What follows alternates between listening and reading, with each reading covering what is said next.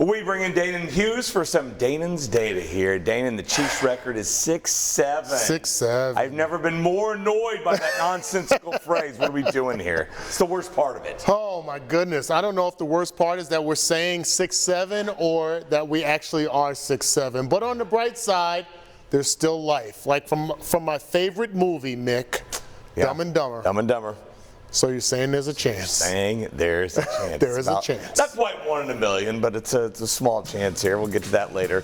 All right, the Chiefs, they've been under 500 this late in the year forever. I barely remember 2012. Yeah, I don't remember it at all. The Todd Haley, Romeo Crennel days had some bad teams then. We have been very fortunate. You've heard me talk about being spoiled here in the Chiefs kingdom.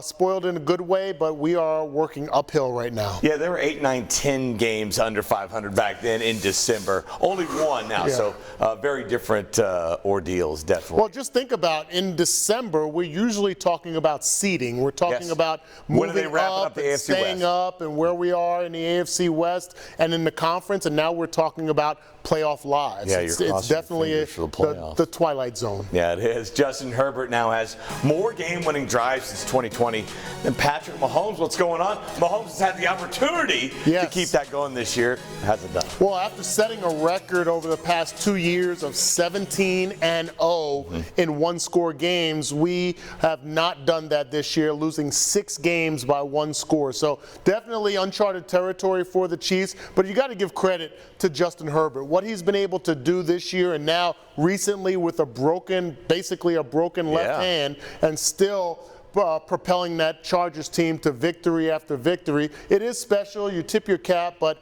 hopefully that stops this week. Now, the Chargers are the only team in the NFL with 4 receivers over 525 yards.